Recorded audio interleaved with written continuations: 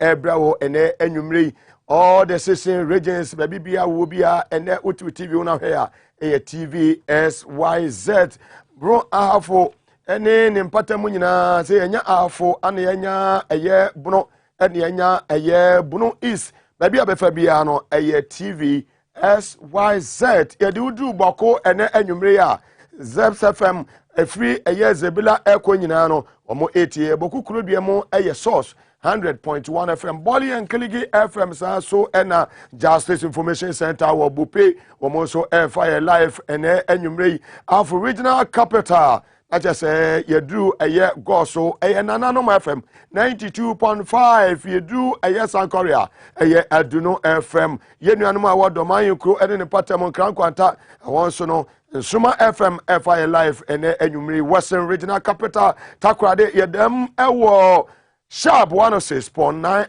FM Zama Lambele also in the Western region. We are live on West End 100.3 FM. Voter Regional Capital Ho Yedam Ewa Voter Power 94.1 and Global 105.1 FM. Oti region you want 9.7 FM. Ewo eye kete krache yedru eye nkwanta north nso a yenuanum ewo pasa 80 ewo KFM yebowra eye jiasekana eye boam FM landing GFM radio ne fire live radio sanso ne de udru United States of America Virginia Apple 68 FM kwa kuskete ni team no omoso Jumedie live ene enyumre midi ede Mugabe Maase obetimi afreme atankolega biga with 900 million angels and angels that na yenu omo ene dasunam isi region afram plains ayatiase afram 103.3 FM omoso ekuramo bi ewo ho ene enyumre ensema yede ebre wo no emu ehye emu ede na yebowuram ewo national cathedral asoya ensamben ene apiem wo a Eastwood Anaba ene Duncan Williams omo etrese National Cathedral Jumedie ni nyina no womo suspended na omo mpe eye independent eye auditor say be ya omo betimi aye auditing bibia wosika sem say eniema enna hokrakrakra National Cathedral sem epie no Reverend Mensa Otabe woda eye sorry I friend say ICGC wa resign sanso na Dagi Ward Mills wono so edi ni Jumedie ato ye call a Presbyterian Church of Ghana former a moderator ono so edi ni Jumedie ato ho na eboboba kumichacha akanedie ena Eastwood Anaba ene eye Duncan Williamson so ene de ya omodi aba say epanifo no womo ehwe no mo suspend Jumedie ni nyina na suspension na kufu adwa waya na dwene say wo si eye cathedral ede amanyame no waya na dwene say obejai anase onyai kata asesa ene proye krono kata asesa ene proye krono ye koso e wo National Cathedral no ho asem ni nyina no etesen evidence based ene anyumre ye beyi bibia ede achew ndc amanyokuo mu ye bowura mu e wo National Headquarters e wo eye Adabraka Chairman General of the NDC Johnson Asiedun Katia General Mosquito Sabri Ameka said yes so Chairman Mosquito General Mosquito the Babeto Johnny said omode changes be about reshuffle about every minority aso here ewo mrase bedwafie na first one no na about reshuffle ba ye no aka minority leader ene minority chief whip na ensem no sai na eboboba sai ena manfo no wo mrase bedwafie wo matena wodada ene afoforo no samban ene wo kan Mutala Muhammad Akanede na Honorable Inu Safuseni former Roads and Highways Minister wono so edene de ede ababetu edwane nyina ensama yede ebrawo ene anwumrei ewo dwumade no sensambai ena Reverend Sam Kranche Ankra wono so ede atudwa nyame nipa nyame akoa wono so akasa ensam no dɔɔso ne nyina no yaboaboa no fɛfɛɛfɛ Auditor General's report wa eba efa COVID-19 wono ensam no etesen health minister ya oda so ete akwanya so yi ne ho sam no san na esi eboboba Paul adom akiremo enema ben no mo peso mo ye efa kosi boaten ne san sam no ho ni nyina ene anwumre ya trase de ne ebejeje na gum na ya bugum be no ede agum ede amaw ye dan ho simeti yo mo na fe yaba atankulega biga samire ba bia befa bia wo Ghana ba bia obia etini TV ho okọ Northern region udru Bolgatanga hawa control watini TV won san so ena message no man ne ba Marvin omoso eti omode ho ndi pam ena ehwe ene anwumre na ene show no ebe ye gigim na say Basantali ya we deputy national communication officer one na me guest ene anwumre ye ba sisi ya ye ba ye di nkyeremu ni bibia ebebrew Maga ya prebumbio ya ojo.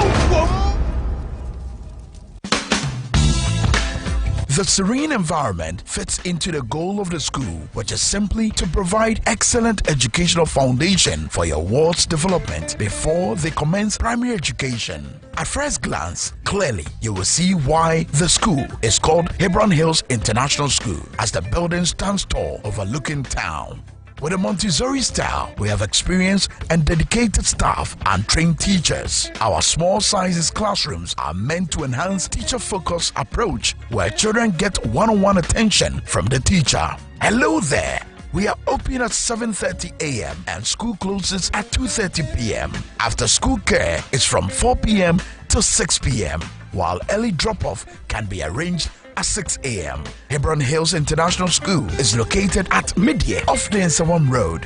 Locate us with GP postcode GW0688 GA West and GPS code 06884870. You can contact the school and make further inquiries on 050-876-2375 or call the office directly on 0302-918768. Email us at hebronhills.school@gmail.com. Hebron Hills International School. Excel and shine.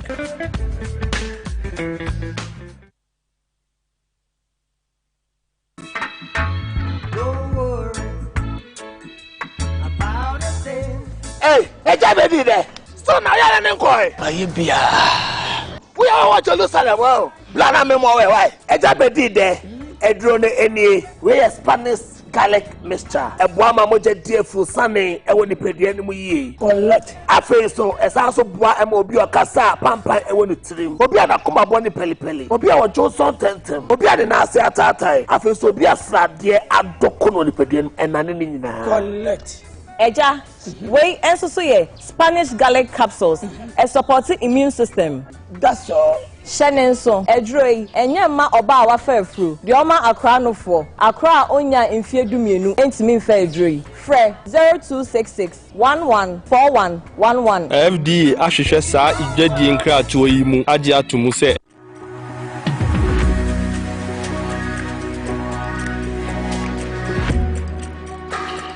Best Wine is your one-stop wholesale and retail outlet for all your original favorite brands of wine, liquor, champagne at unbeatable prices.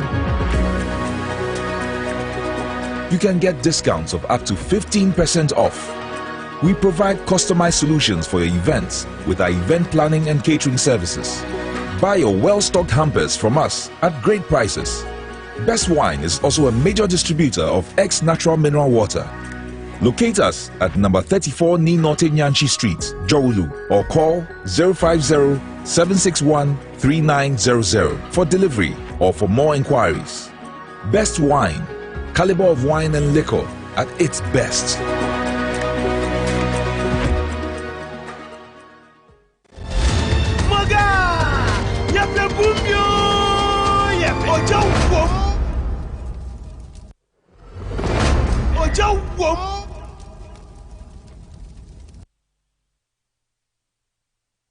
Fire. And then maybe Chichama Munina, if you should be see for Mobia Begenedia. I saw for so much fire, Bejumo fire. One more also me, ye, your Mubesomo Bay, and your Moyeno. A sabo flower so money, mammy, and nano. Bed to Anya day, and Panatoda. And I do I penina or Tiffin where I'm Mofrana Erin and Tiakana Carifua, and Akufuado or Kahubi. At the age of 78. March muna obeko 79 wo I mean wo 79 amede mo obi a no watwa mu ho kese bonus na wo gusuo na wo enjoy so ni buo enetema e de ma eye Ghana fo mo fire enje no mo pedede enje no mo kasa na be bia yedin enje no mo nyadan o mo pedede ti enje no start so mo flow a asomusem bia ni ho na Ghana nyina tedin wo de prince you wo de hwan you asomsem bi ene ho na ba bi atadin concentration nyina o angels no so more fire and enwumre angels ne 900 million wo na me ne omo ye adwuma angels dada na yenteso ne fa bi nka ho wo ma na me ne omo ye adwuma na enwumre Facebook live mon share mon like mon share power FM area na say show no ye de bebra wo adwada kwesi fiada what you say wotie power FM na wo say tie TV wo hwa TV SYZ ye ba ma mu date no na watwe ye mo Gumbe show yi so YouTube TV SYZ Ghana Facebook live TV SYZ Ghana akacha mo say National Cathedral no e krono ene mo ba bebo yen o ma hwia o man no edan a yensi yempagya ento one block kura ache se ho amena donko ne yatu se de ho ba ye cemetery se de ho ba ye de o yenim ane ye sori ye tu amena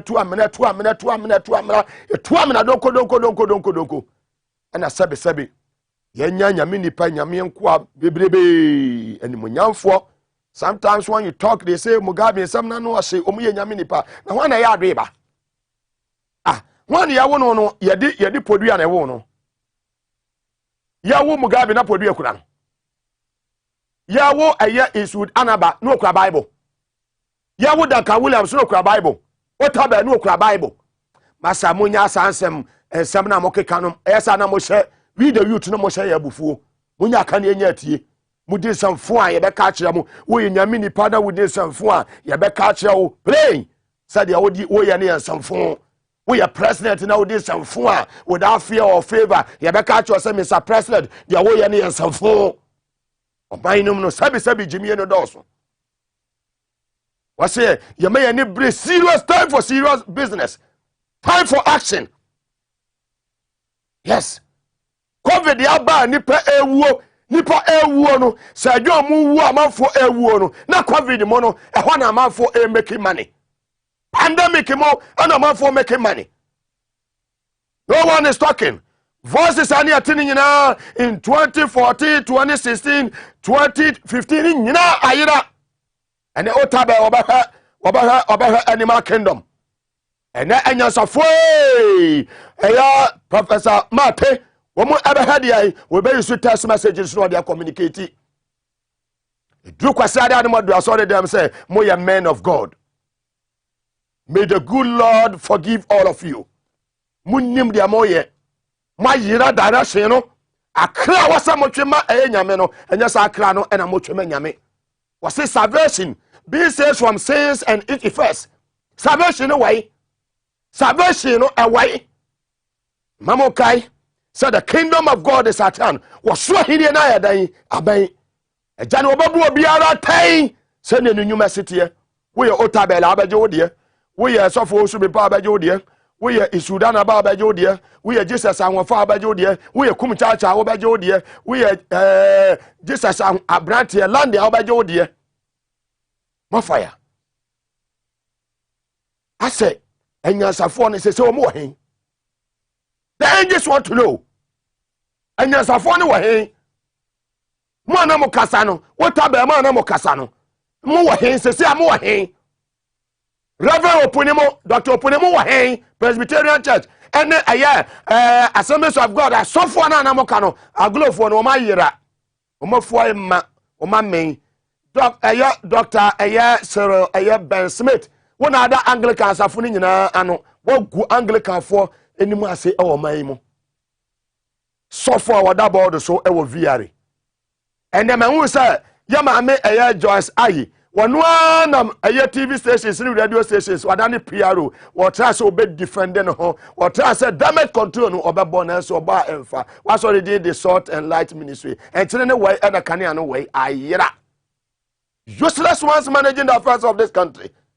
Because woman Jimmy Abekas what do matem, but woman say then from pandemic mo nipa ewu John Dramani Mahama parents said Ebola betoya meboa nipa do say na Ebola na ebichi wo mo Ghana ye be ya Ebola center ewo eye Ghana ha nipa do say na nya Ebola ni bi ewo Ghana ha sa tam no ni o president ya wo efie nyansa ye wo president ya sa mpanifo ne kasa wa da yi wotie wo afutufo enye no bi ne ehu ni nei me se ye president ane wo fie nyansa won kwacheche eye ibola sika emfa ma eye ministers so mo ye front line hwan workers munafiki wala do mo kire na wo they say won no obeje ne de answer idini wo manum ene obeje ne de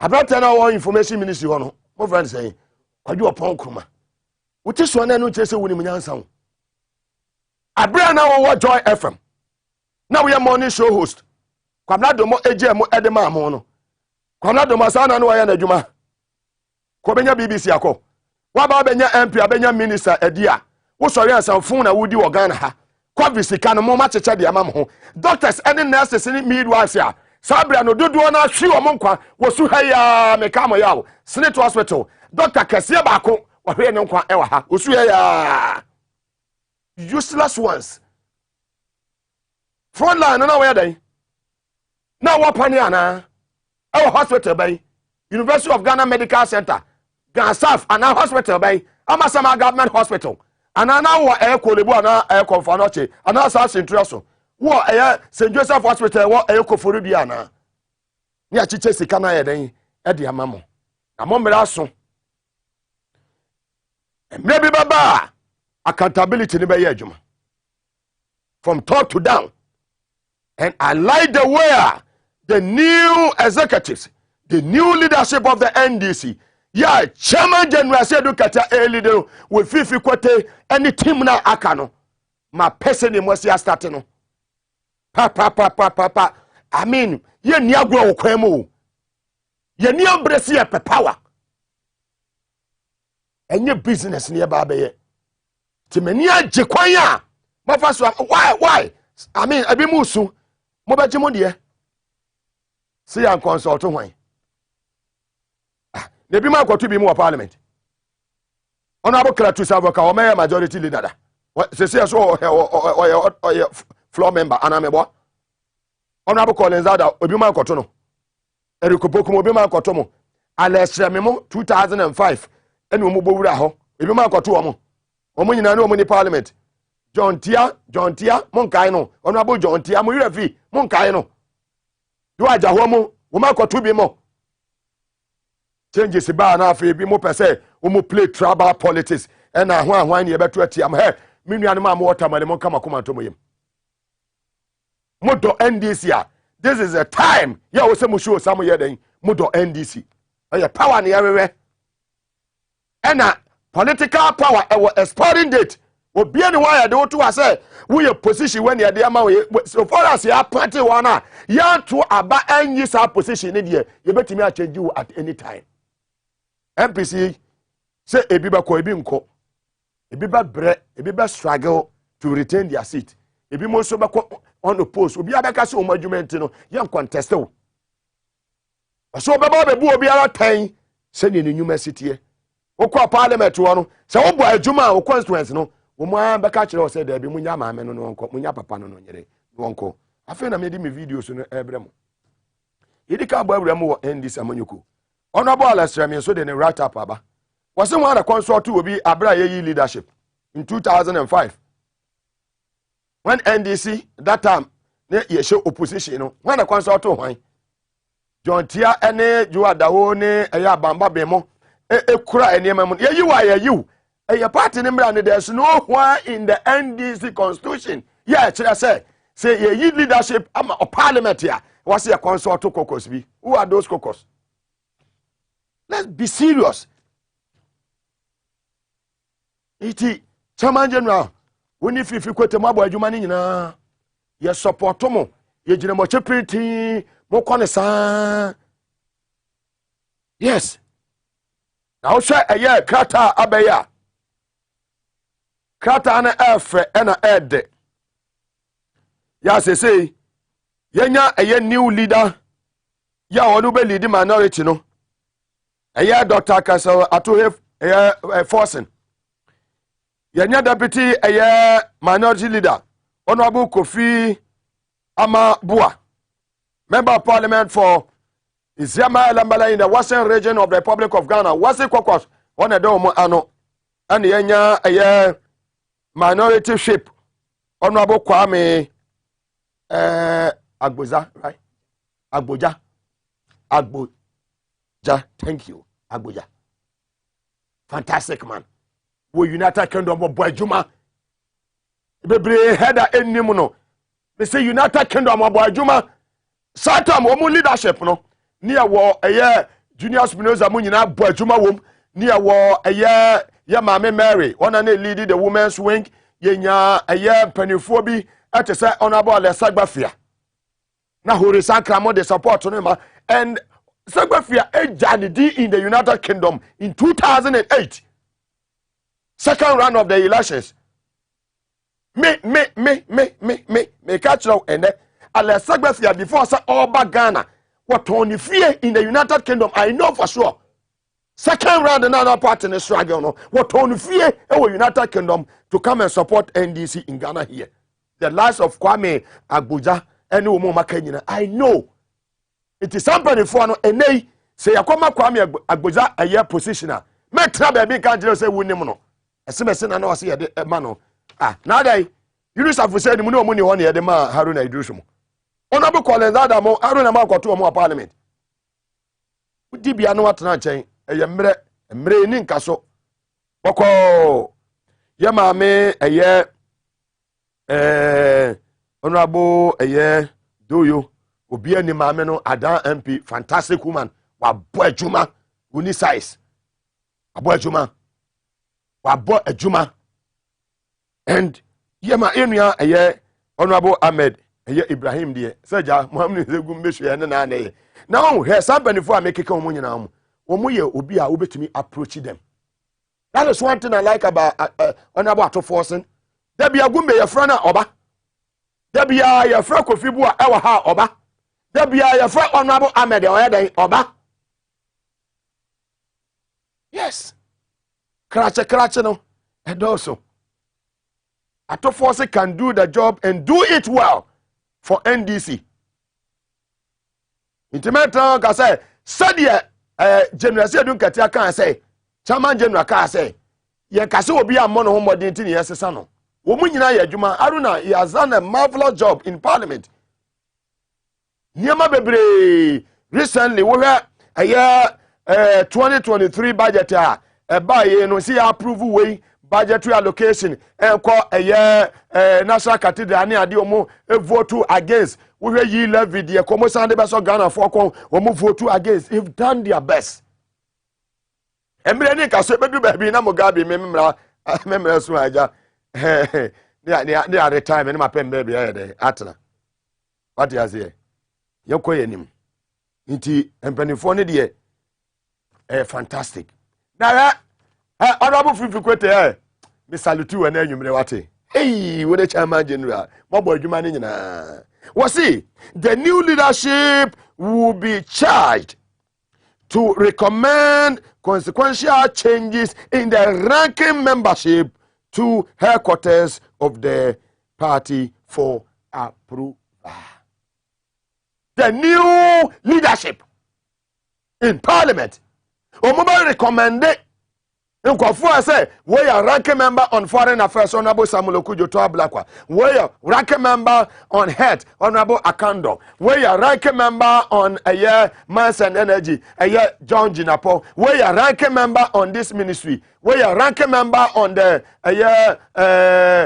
Ministry of Finance. Any nyakeka nyina te say atofo asemo any omo makeka no. We say new leadership o ma yiwe mu no.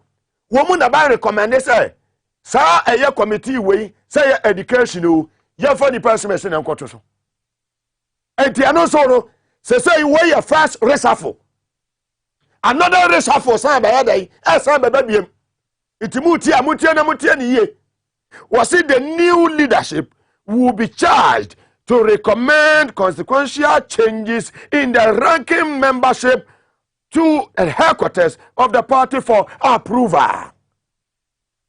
Eti just say no katani Fifi Kwete wo munya reshuffle ni nwie yo. Another one be say den aba kai the last paragraph. The new leadership will be charged to recommend consequential changes in the ranking membership to headquarters of the party for what? Approval. So Bibiani are there to know. So we want show we are Winyani Babia to America Uniano Frano or Dubai or Germany or USA or United or them. Can't you say YouTube TV SYZ Ghana, Facebook Live TV SYZ Ghana. More fire. And the engines in the Niabre. Ye nothing ye baba so near so and a settlement if report as we about now it be my mind ye be quotia ye sorry ye one group hey master obia wo baby ye wo free buy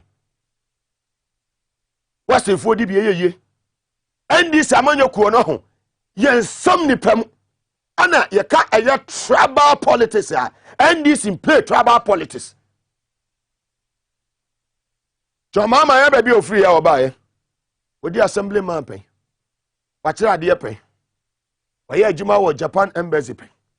When your ma be MP, or be a deputy minister, or be a minister, or be a vice a year presidential can a year running mate, or be a vice president, or ye vice president, or be a caretaker president, and was some be a president. From where? Bole Bamboy. Bole, the chrome ye bole. It is a baby or shas, any baby or dear baby do you. It is a worse summer man your corner, or Nabujila Zabra. Show the age of the bedi, a year chief of staff, our Ghana. And say, and then you Kagana, Abakwa Sema, who pay chief of staff, or my performing or boy Juma. You can't take his name out. Honorable Julius Zebra, I salute you this evening. You can't take his name out. You have be on also starting here from Eastern Tourism Authority. No namwa kakran sa. No abe Eastern Regional Minister. No abe Greater Accra Regional Minister. No abe Local Government Minister. No anwa kwa the Chief of Staff. Wo suma NDC amanyokuo na. You akuma muna suma manyokuo ni ye. Ye wo ye bia so nipa de o mani ye den. I'm very happy. Because me pet atofo sen wa ha aye interview obeba. I'm very happy because me pe Kovibua e wa ha obeda obeba. I'm very happy because me pe Honorable Ahmed Ibrahim e wa ha obeba. Somebody for me enu ni nyina no wo ma be fi happen. I know what I'm talking about. Let's give our support to this new leadership. You have very support to my They will deliver. The angels are with them and I know they will deliver. Yet yes, Johnson is saying Ketia, Edituga, and Enumere. The new changes will bring on board Dr. Kesela Tuforsen as the new minority leader, Honorable Ama Kufibwa as the new deputy minority leader, and Honorable Governance Kwame Abuja as the new chief whip. And then we maintain Honorable Doyo Ganza and Honorable Ahmed Ibrahim. So this make up the new list of leadership. And why now? And I guess the answer is the same. We started reorganization of our structures to be able to position ourselves to fight election 2024. We started that more than a year ago. We started at the branch level. We've since done elections in about 40,000 branches. And then from there, we proceeded to constituency level. We've done largely with all the constituencies, and then we've done regional elections, and we just completed the national elections. So the next in line is to take a look at our leadership in Parliament, and that is what we've just done. So in terms of timing, it is in line with the way we are prosecuting the national reorganization. And in terms of why, it means what it tells you is that The only constant thing in nature is change. And so since the environment is changing, leadership and many other things must change along the new environment. We know, for instance, that going into election 2024, the economy is going to be the major battleground. And so many of the debates and other discussions will focus on the economy. So we better put your best man in the economy forward. And that is what we've done. And then we also looked at energy, you know, this petroleum and electricity challenges. And so we needed to settle on Kofi Amabua, our former minister, to be the deputy minority leader. And then the other area is infrastructure, and Kwame Agboja being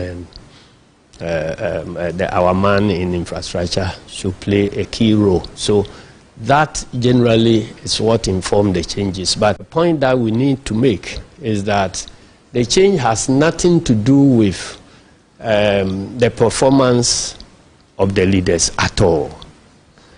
What it has a lot to do about is that the environment is changing. And so if you are a football coach and the team you are facing and the game style they are adopting is not in keeping with the players you have put out there, you will do yourself a lot of good.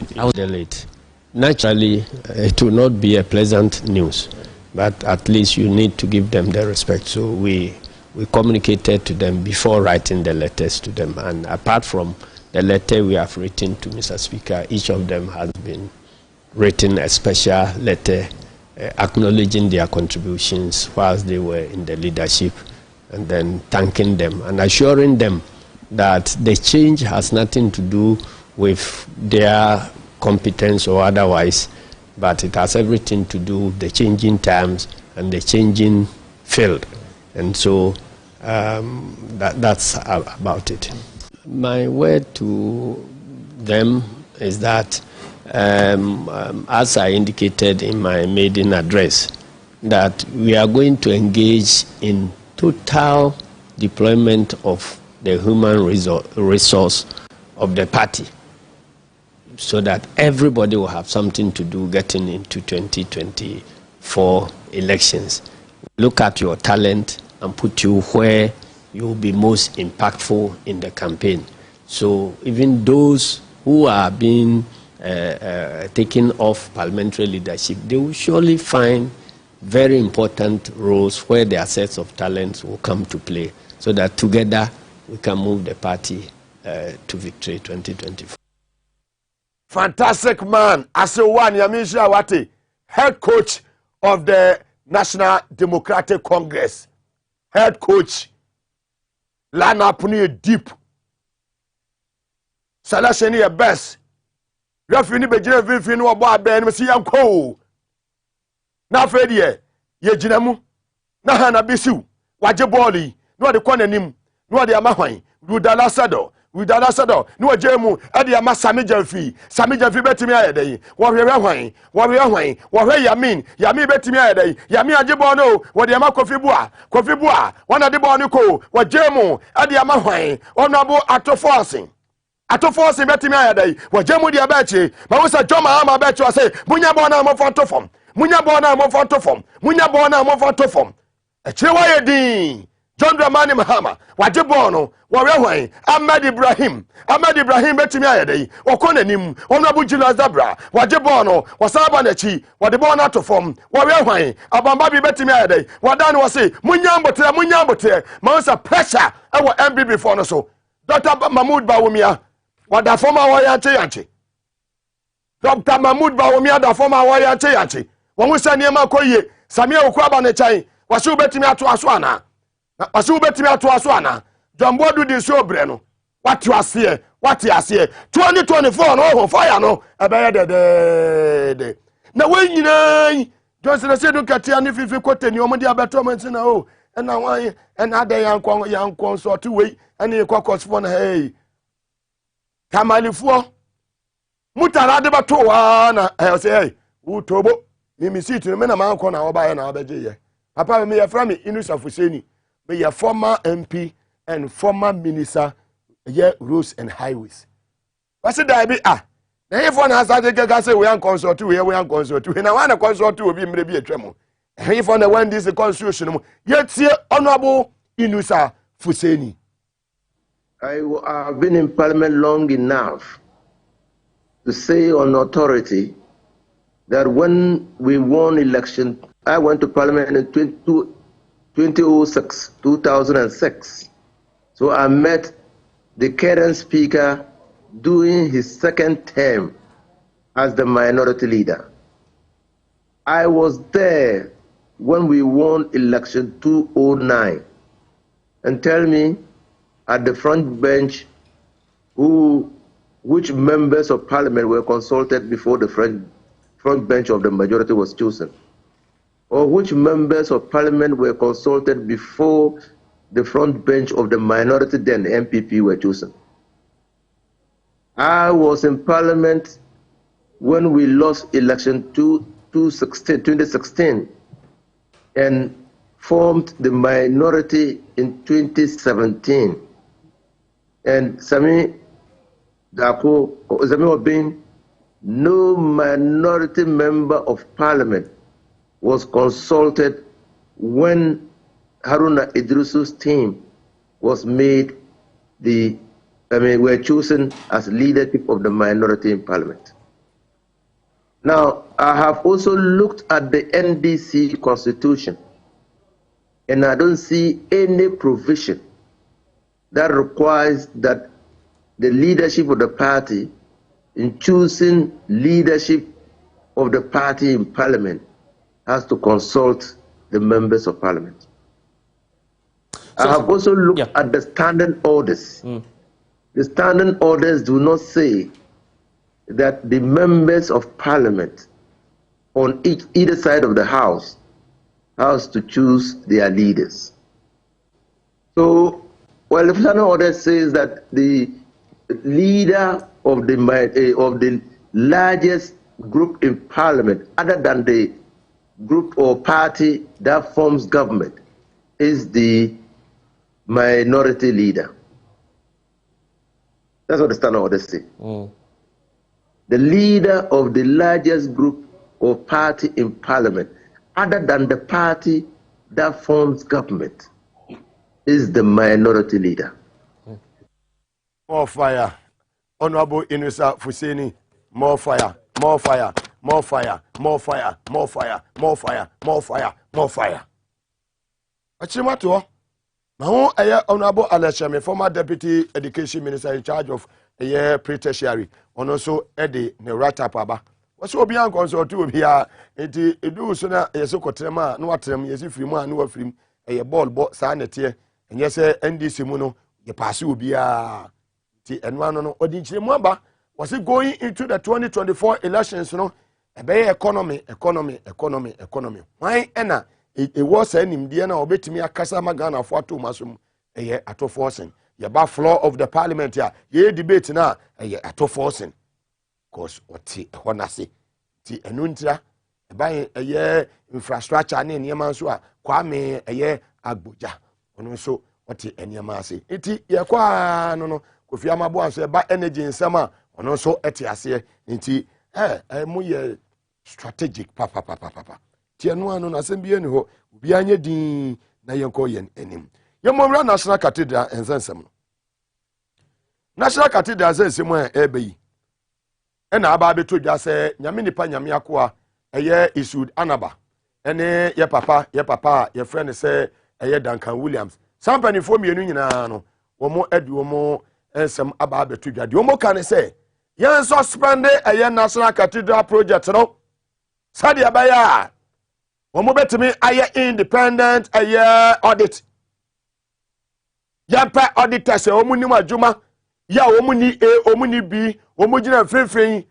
na omo nya hwehwemu ewo National Cathedral dwumadie no san se omo se enema mu enna ho nyame nipa nyame akwa Duncan Williams na anwumre nyame shira no anya okese sama hunde enye na maka isud anaba twa konkro wase de onim de eye na wanye no aye bone so isud anaba and Duncan Williams and enwumre enje sene se omo salutumo na ba yakwa akabosomo resign abaya e kamosomo resign na fi yenko yen enim Reverend Kwesi Boateng aka Kwabena Edujemfe Victor na ono so edi atudwa sofo a okura passport mienu sofo a okura edin mienu okura 10 numbers mienu okura signatures more than 6 ne maame mo eye mienu chese ni bibia ye double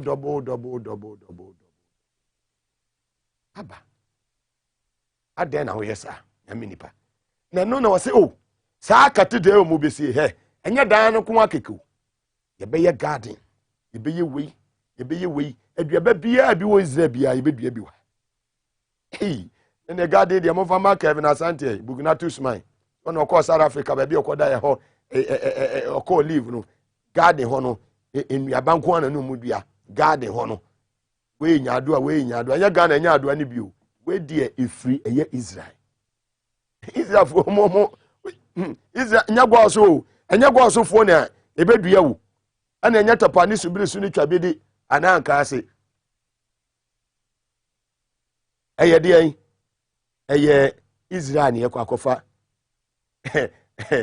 edua na ba ne ba bedua e wo Ghana bebeze mutie ne kakra sofo na okura din bebiri wanya na adwe so obeka ensem okojoto ka na obeka ho asemo but oto kosa yetie Reverend Kwesi Boateng ya ne die fofo ede Edujemfe yentie ne something that is very interesting. We are building a garden like the Garden of Gethsemane, where we are going to have even the Wailing Wall and all that right here on this land.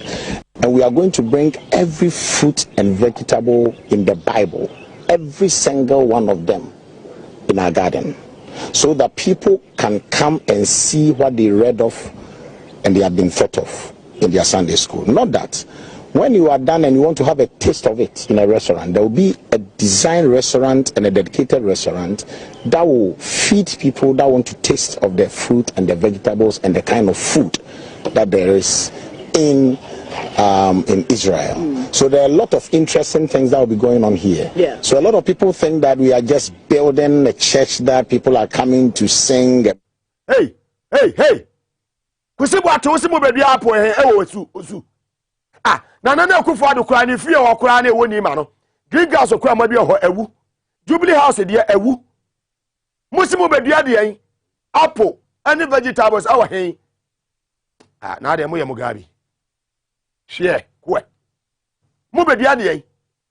Na do ni fie kura sensan ni fie ni mo sensan wudu ho na hwe, anwumro twem ahwe. Green Gas okura wan timi afansu anwoso ewu. Na wo bedua apple awa hefa. Asase so eye parliament nche ha ewo osu oso obedua de apo ne ho ahwan masa obeye steady ho di mienu no bra beka ho asem passport mienu ne kura wo na bia de nko beka ho asem tin numbers mienu any signatures more than 6 ya wo no beka ho asem ja dede na wo ye no nyansa bia nim MPP covid sikai o ma wi ni nyina papa eja we health minister papa yi okokana sema eja na SMP na dia ba nyina no Ministry of Health omutumi ko high apartment a omutia 15 million for saa eye apartment no mo rent ye no ana omo renovate ya dan nyo di omo ko rent ye o ana omo renovate e mi je fa se bia wo pedan ewo osu ha no akwa rent dan no eye 15 million Ghana cedis. Now we use 20 million Ghana cedis. Akwa renovation. One to asasi o. One to anwia, one to he. Renovation na yes say mo enema kakra no. E no cost more than e dan okotu ya no. E dan no so a mo san enyusu. Ye ba be do su kone ahwe o ma asa dan ye o mo dia. Kromfo nko a ko mo che am robbers. Abo ba be o covid semu no. Ye de ani kire northern region ko bia efra wo se eye sanwugu eye baabi a eho eye northern region na MPP one parliamentary candidate ojina mo 2020 and waka say COVID candidate omo cheya ma party executives obi enya bi pandemic sikano ye chema mu nyina mu nya bi no no kura no onya 100,000 a year Ghana cedis yetie de ko so e wo ho na eja o keka ensem no ye second a year vice chairperson for northern region ya na wasan you more parliamentary candidate in 2020 for Sanerigo constituency yetie de okay. And I think last month or so he made another comment, and as usual people will say that, oh madam, you are above it, don't talk. But let me tell you, if somebody closes his eyes to damage you, there is nothing like you are above responding to such a person. That one day I will not take it. I will also have to come out and explain myself. If that makes me a bad leader, fine, but I will have to explain myself. And I know there are descendant people on this platform who will listen and do their own investigations. The COVID fund came. I was given 50,000. Oh, my quota was 50,000 as a regional second vice. Then, who doubles as a parliamentary candidate for Sanargu? I had another 50,000 cedis, making it 100,000. Then the constituency were given, is it 200,000 or so? I can't remember. So I called for, and MCU was giving 30,000. I can't remember. Then Chama was giving 20,000, and I think the other executives did 10,000, or was it Chama was giving 10,000? But I can't remember. So I called them to a meeting. I called the constituency executive to a meeting, and I told them that fine, for me, I am going to add all the 100,000 that I am entitled to the constituency. Listen, oh, I am handing over all my 100,000 to the constituency money. I didn't ask any executive to add his money to what I was going to give to the women. I handed over the forms and everybody to the team, and we went round and we did the disbursement. The next step was, I have taken police station executives' money and I want to spend that money. My 100,000, not even one that I filled for somebody in my house, not even one that I filled for a member of my team. Secretary, Karamba, Polo. That's it. It is one way evidence based. When your friend said journalism, and your Paul Adamoche Moba sorry. Now yes, Rollins. One could see you, and then any pay Johnny, and a Quisibuate and papa, or yera. No. And yes, answer phone in your petty journalism no more ya money evidence based. Obviously, can see no money here. Omo chechama omo girlfriends, party members. It is a we individual, we a company. Now could donate sikano. IMF sika omodeba boy World Bank sika omodeba boy European Union. Omo babo boy nyina no. Na do GN one na busuafo ne party members. Intuti you. No a regional constituency a vice chair no. When you 50,500 million. And was a parliamentary candidate when you 50,000 can check the number of constituencies a Ghana. Party chairman NYB, vice chairman NYB, women organizer NYB. Your chair scanning in the COVID cano, when we chairing in a day, Eddie, and the money. A cron for us for armed robbers. And they say, oh, you can't another Kennedy catching himself, say, another Jimmy. Kennedy, and you mean I make count. Kennedy, Japan say, "Oh, my Jimmy, my didn't want, or who dear tia, or what's our political party? Tia, you, and you mean I make me go to in summer Kennedy, Japan, was so my Jimmy, my mono say, I don't even know why I belong to this party. Kennedy, Japan. Listen and listen very well. And that pensioner speaker, and a more J, I must say, individual bondholders. Omo did that in Rusu, Omo ye obi mo I dialysis so called 3 times in a week. Umusika na moji so ombewu kura amfa ho akromfo asefo akromfo we mo che am robbers yeso obetwituo edichesu ana kire say ebibia wa na kire so ye am robber na krono ana na do ne ne kofo mo bo Ghana ha no we ye evidence o I mean on ekasa no you heard it and Paula you what they say information ministry ho wow yetia ya na sebe another Jimmy obi kwato Christmas tree I mean billions of cedis yes Ghana for nye den intua sorry I know I say atade te said ye jarabia te said ye oye malama na oye imam yet Ghana na so 777 phone so masa me de odi be hia me a me de be ma wo etu ahuni ma omo ye o man num hwe jomama agege Ghana taxes bisia ye boye nyina efiri kwa me kono apra so ebedu sa jomama so ni abo bisia se 122 billion me boa na ha enima jomama ye yo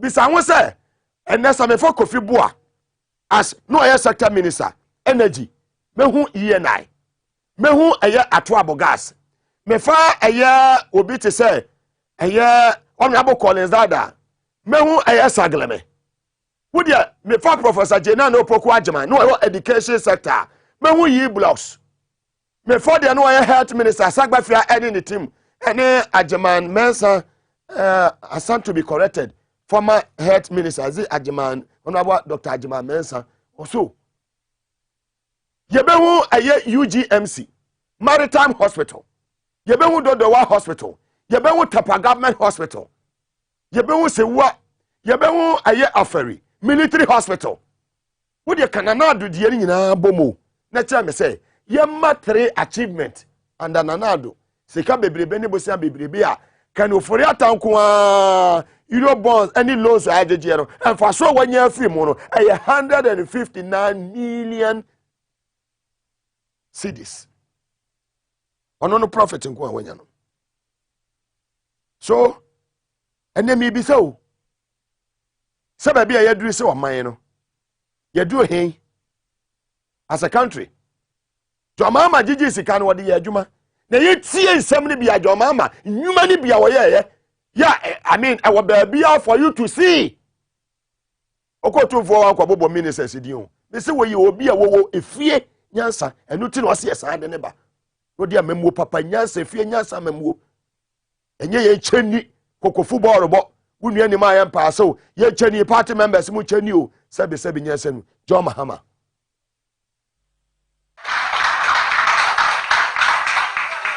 Nana if you are yes Itafo market yes Asawasi market yes Atonso market edwankwa no na eba hospital yes say esi Sewa hospital Afari Military Hospital Famina Hospital Bekwai Hospital nina ewa Santimemo ha oba akwanya Asawasi town roads Swami town roads Tafo town roads Kenya Sea roads High School Junction to Janasi roads Bomso to High School road Kote to Aiduasi to Campus roads Emena to Bwedi Apromasi to Ejiso Bonri Junction to Bonri road Apredi to Parkoso Tikromba road to Antwa roads Bekwai town roads New Edibiasi town roads Bonfa Junction to Isiwa road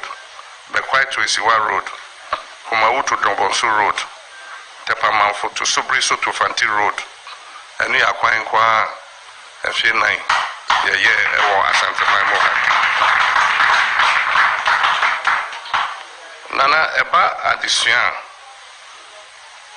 se ebekaya na ye see near friend community day schools if it's any ashase any free senior high school program nti ne nim se nkwada no beba be doso nti na wo see schools ni bi ka ho nti ye chair schools no Ghana ha nyina ye ma asanteman kwa dumiensa 13 brand new schools as schools no ye shall say Pakoso Community Day School Agrikanzima Community Day School Banka Community Day School Adobera Community Day School Edujama Community Day School Drobonso Community Day School, Bosomtwe Oyoko Community Day School, Kwabna Krom Obuasi Community Day School, Asoso Offenso Community Day School, Adanse Fomso Community Day School. Your mama, yenye udeni, we boy, John Mama, yenye udeni, we boy, John Mama, yenye udeni, we boy, if you answer.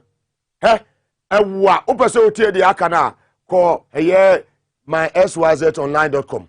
Die wo nyina ho ne kotie.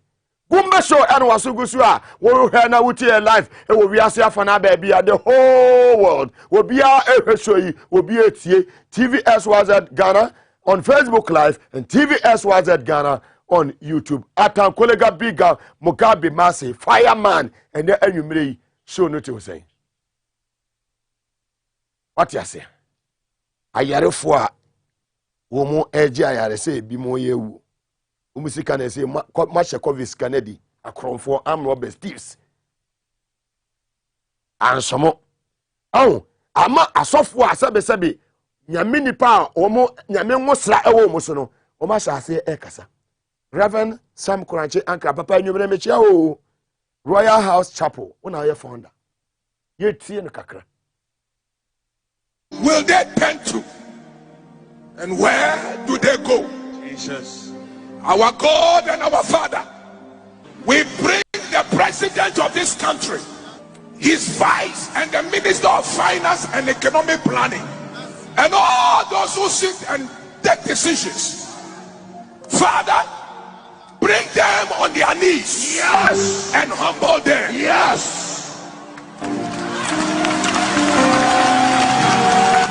About them. If they will not hear any voice, let them hear the voice of Jehovah God Almighty. Amen.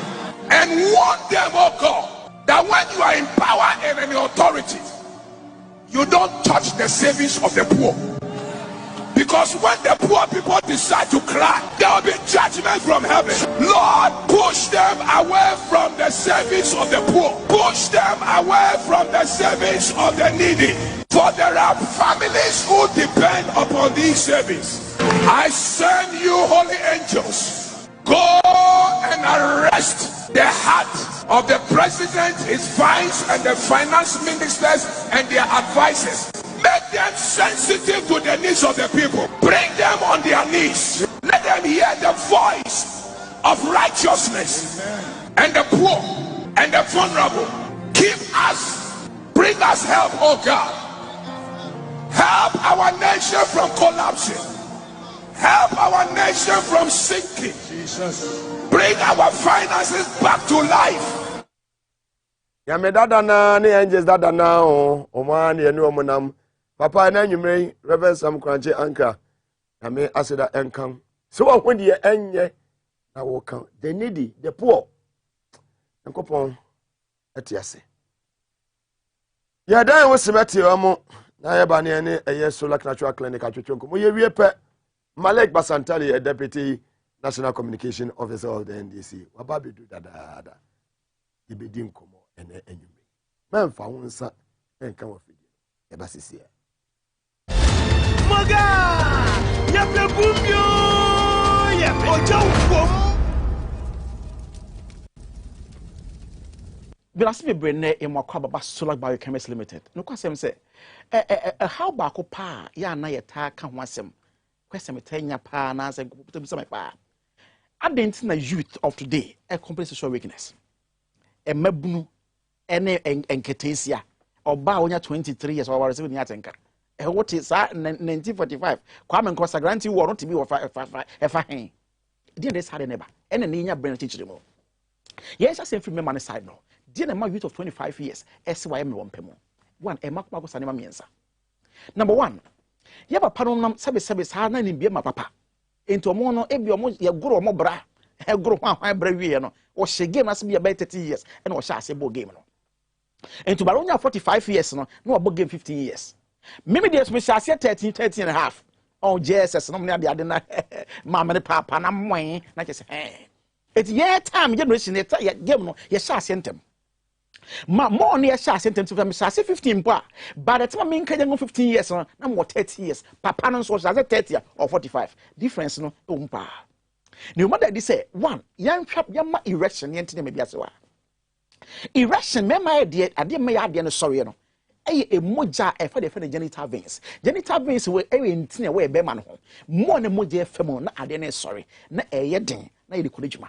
Ene ma mechanism no na matimiti wano na e sha se bre nia bon nia ma site e meka ye yenum se bo mpokuara no ho no ana so mo sha atade ase bo mo fo ntem ase show you no show you na ana se nim film ho no be be gbogu so no ana se se back malakas no obo se ye de ne flat then ase e wo so kakra ase fifete ho na sound for me enini hu se apo se de na meye was it mind adwede na hwini was in here Adam senior say if I didn't come there made nyina ya pam ya fedi ntutromo ha because minti ma if nko nyame Sunday me hunti na mo abadwem si apa na adwen information am akoma sa akoma yi e moja wo pompe fe ne pedie mu no be bi fe ne genital veins no mo ne moja fem na se be se ade ne sorry aha na wo be ma wo sha 15 years no you mother say the way I can ne bo game na ye home so no so bi ho mo wo sha say 1 hour continuous ubo se genital veins are overheated. Heat is so he basi apa heat also expansion contraction. To once intino na ehome say. Tinkan kana ya me ana me mental home at the age of 15 17 no. Te basa once on home so no meka continuous on make no. Obo se 15 na kesi. E kesi si apa excessive heat no. Obo se moja ne ba na afa periphery na ha ne ha because ha ne kwan mo si.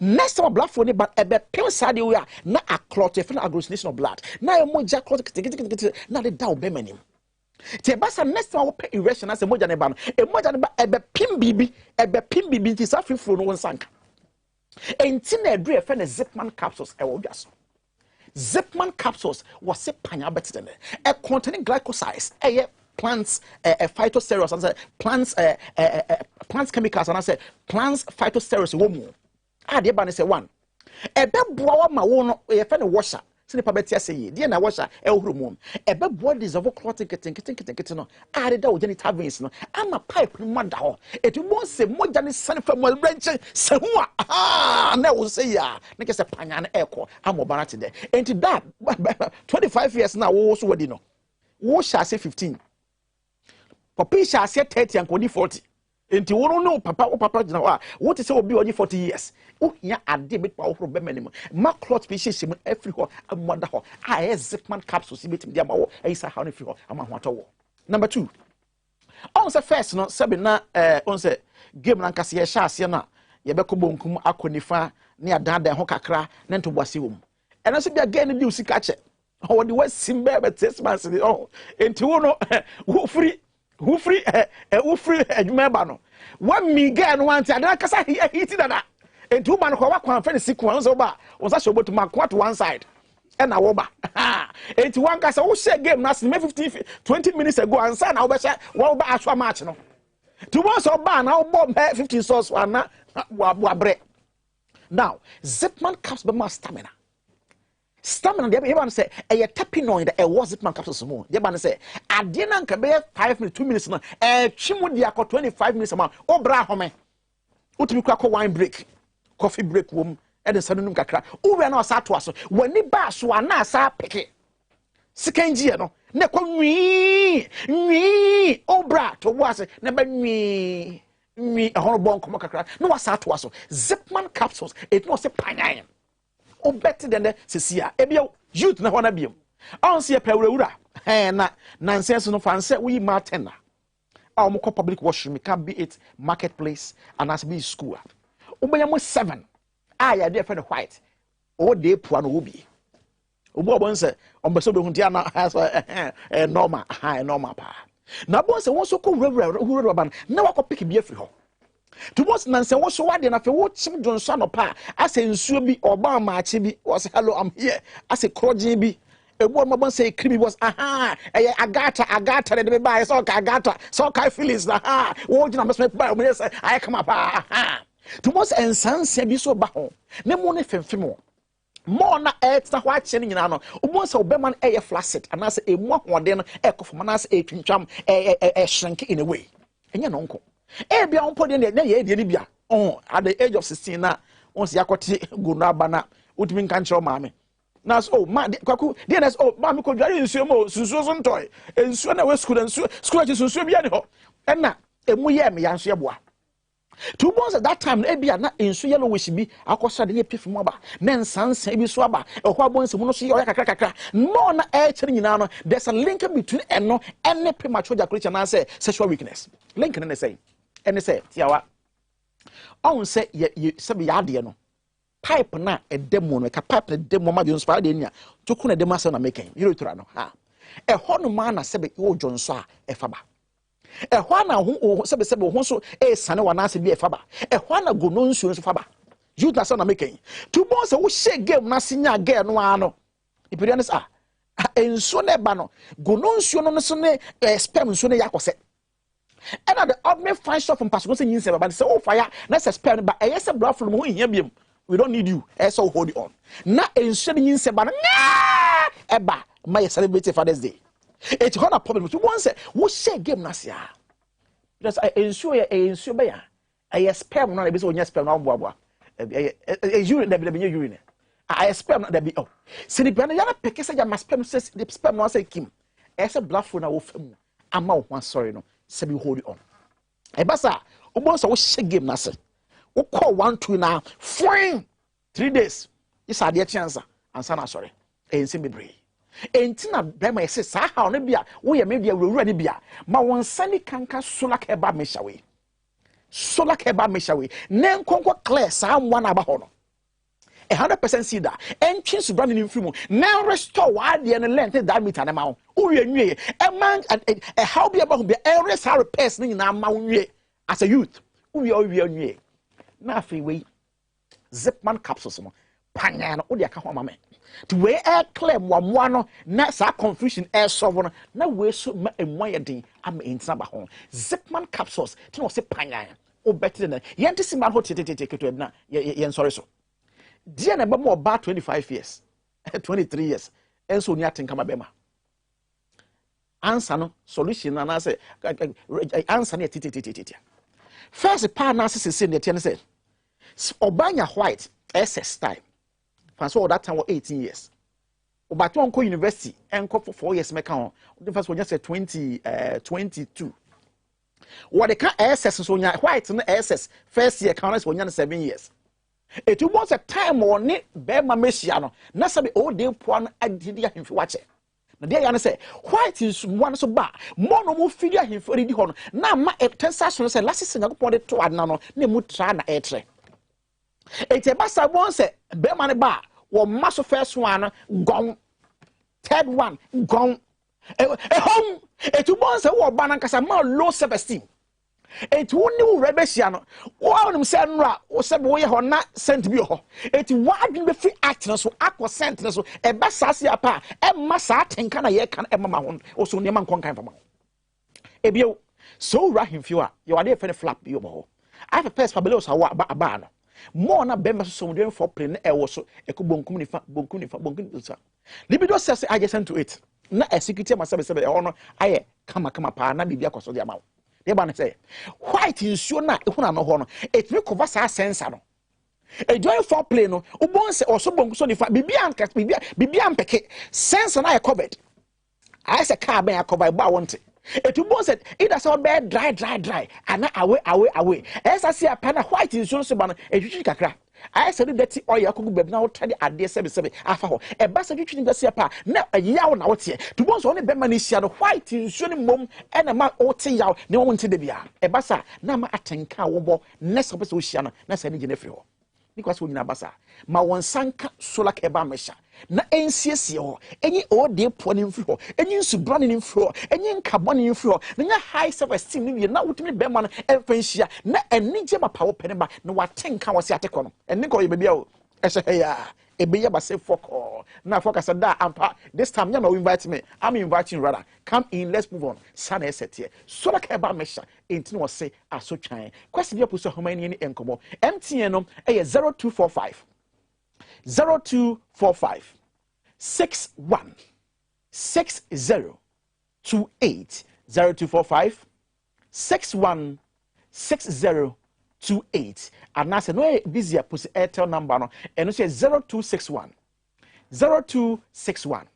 73 62 63 0261 73 62 63. Kaisa a solak heba mesha was so twan way man a sap ya ema mema hi how inefio na zipman capsules de mema nko was a panyan o bet den ya madma on this what that 5 years in that 10 years ni there be atobo ase enye kakra to on to go sit that manente da na a zipman capsules panyan o bet den or dead but one saka zipman a yakono e de won ko na won san ka dia da be yesu then kwase basa ba won sanka zipman capsules near more piafo panyan wo better than sesia Maga ya pebumyo ya ojo wo. A state-of-the-art facility built with your family needs in mind. A medical center positioned for all your fertility problems and other diseases. Mugabe Maase Clinic and Prostate Center. Our goal is to help our patients achieve and maintain optimal health. We have fully functional OPD laboratories in all our branches. Do you have problems urinating? Mugabe Maase is the ultimate solution. Our Prostacure X capsules and Prostacure Herbal Tea treat prostate problems. Afro Maase capsules gives you maximum performance, and for the ladies, Femacure X capsules solves all your menstrual problems. Locate Mugabe Maase Clinic and Prostate Center at Adenta Barrier near the traffic light, Ashaman, Ajekojo, Kumasi, Ahirima Kokobing, and in Accra, Ministries after the Ghana Highways yard. Call 0244 068 447. We accept National Health Insurance card and all other private insurance card. Mugabe Maase Clinic and Herbal Center, your ultimate solution for prostate problems.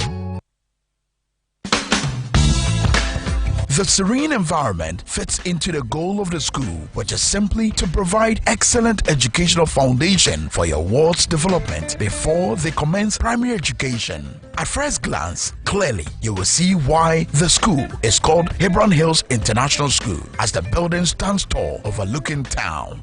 With a Montessori style, we have experienced and dedicated staff and trained teachers. Our small sizes classrooms are meant to enhance teacher-focused approach where children get one-on-one attention from the teacher. Hello there. We are open at 7:30 a.m. and school closes at 2:30 p.m. After school care is from 4 p.m. to 6 p.m. while early drop-off can be arranged at 6 a.m. Hebron Hills International School is located at Midye off the Nsawam Road. Locate us with GP postcode GW0688 GA West and GPS code 06884870. You can contact the school and make further inquiries on 050-876-2375 or call the office directly on 0302-918768. Email us at hebronhills.school@gmail.com. Hebron Hills International School. Excel and shine.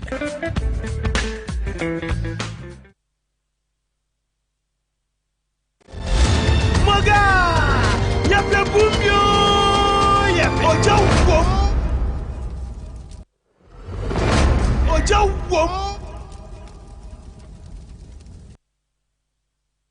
Ye makwaba edeba eye TV SYZ de kofa abo afon krato sabe yasai ababiem afre ene ba bidi oman Ghana ho enkomo enya menua eye Malik Basantali woye National Deputy Communication Officer of the NDC aniga makwaba menua program joso yese bibia bako dia ye gosu kakra fantastic say mo boss aware enche mo so lawyer akudia waware Samijenfi lawyer Samijenfi aware na so Mr. Mr. That's also the lawyer also Mr. And you know, in all these things, it's good to create a family at a very young important, age. Very important. See, well, if you more, omudi kai umrebi etwemo. Say if you more to a foot to pa. If you more so challenges omokomo. The only problem. I know more to for say to was a kakra. Now so no nyina mu no.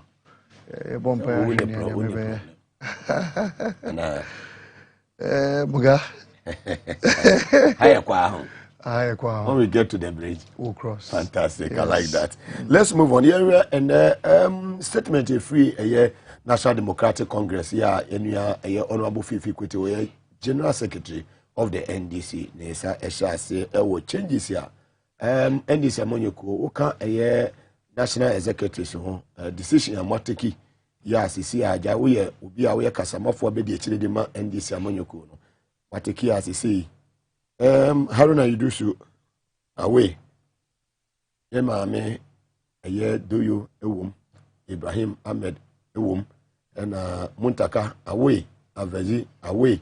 Yeah, therefore for Ababishim Kwame Abuja and a year in Kufibua and Ato Forcing. Is this a to saying? Mame Nidika Mame Chia Mashafonina and then you mutie or other channels so mo social media monitors nina which will be biara share and then you may na first of all and there and okrese the krata etuja signed by the General Secretary of the party, Honorable Fifi Fiavi Kwete. Na krata ni nyina ni woman say there has been some changes in Parliament. Bruni friend reshuffle. No more no mudi parliamentary caucus ni no. Say omo asasa ebimo enyomo nyina. The letter available no the new minority leader Honorable Dr. Kasela Tuforsen. The deputy Honorable Kofi Ama Boa. The minority whip Honorable Kwame Abuja. Now the deputy whip Honorable Ahmed Ibrahim. Fantastic. And Honorable Doyo deputizer. Now, first of all, Mame congratulated the new parliamentary leadership in Parliament, now led by Honorable Kasela Tuforsen. Now, the information preview to me said the leadership of the party in paying for the outgoing leadership amaniye. Omobo omoso amaniye ansana omode kratano etuja. Omobo amaniye no. The information available to me say omo anya problem bia won. Omo ka say no kwanya me they are ever willing and ready to support the new leadership because the national chairman Edike Etuja said the reorganization of the party shall say free branch. Now after branch no about constituency, about region, about national, about enamanunti as national chairman. In fact, many position I make grand impo. As a so be and yedeme a free region about national. In the reorganization there, Senior Bruni no change is the only factor that is constant. Fantastic. In every institution, no, maybe no, I thought dance say ebe boom. But my joy is that the change in the parliamentary leadership no is not based on competence and our qualification. Fantastic. Honorable Haruna Idrisu Onibdiepa, you'll be our son from being a youth organizer to being an MP. Now, the constituency votes on Yama NDC Mpono. A great. Inti Osum party na kwechire. We share the deputy Honorable Aveji onumpo de also the seat no na kwenya netofo say onkobium because wasum man asum party ache inti sesi ano opese public account committee. Absolutely opese okotena fie kakra na moye kakra bi owo no no de ama ya yeso ye bayi na efutu bi owo bia no no de atayichi inti ono so to aso onabo no Ahmed Ibrahim Honorable Muntaka and also some party nache and I think said these have been fantastic men at the forefront and the entire country dearly appreciates the work they've done for this party. Media Makesi Zupi said Honorable Ato Forsen. In fact, one of the closest friends Honorable Haruna Idrisu. No me and for power. So I see this as a change within one caucus. Into Honorable Kasela Tuforsen will be one of the luckiest minority leaders we'll have. Because imagine Kasela Tuforsen in him, Oshena ha, Honorable Agboja, Oshe ha, Honorable your friends Kofi Boa, Oshene Chiha, Honorable Haruna Idrisu, Oshe ha, Honorable Muntaka. So it means that the head of the team nakasano it is articulator front bench. What driver na aju is articulator da. Ube hu say tini basi na light no sense ho. Wa hwe ka na ube hu say yes. Be ma na eba no. Headlight no na nam enim ho na twa enim ni nyina ehia. Wa hu ka eba na ube hu say yes. Manpower and kasa na eba no. No kasa obetwem because we man diesel. And I think the new leadership in parliament partnered with all the corridors around it, we would have one of the fantastic leadership in parliament. In the coming days, I think say a national chairman, a general secretary, a communication officer, and all other party stakeholders, will give a detailed briefing as to whatever is going to happen. What were the last paragraph of the statement? No such said, for example, Honorable Atoforsen, now a ranking member of finance, into honor Abeye's minority leader there. I was sense as a Ebano committee. That is, we are going to have a new ranking member on the finance committee. Into this particular statement, we show more moving now. Honorable Agboja, no money now or the one of the committees on infrastructure.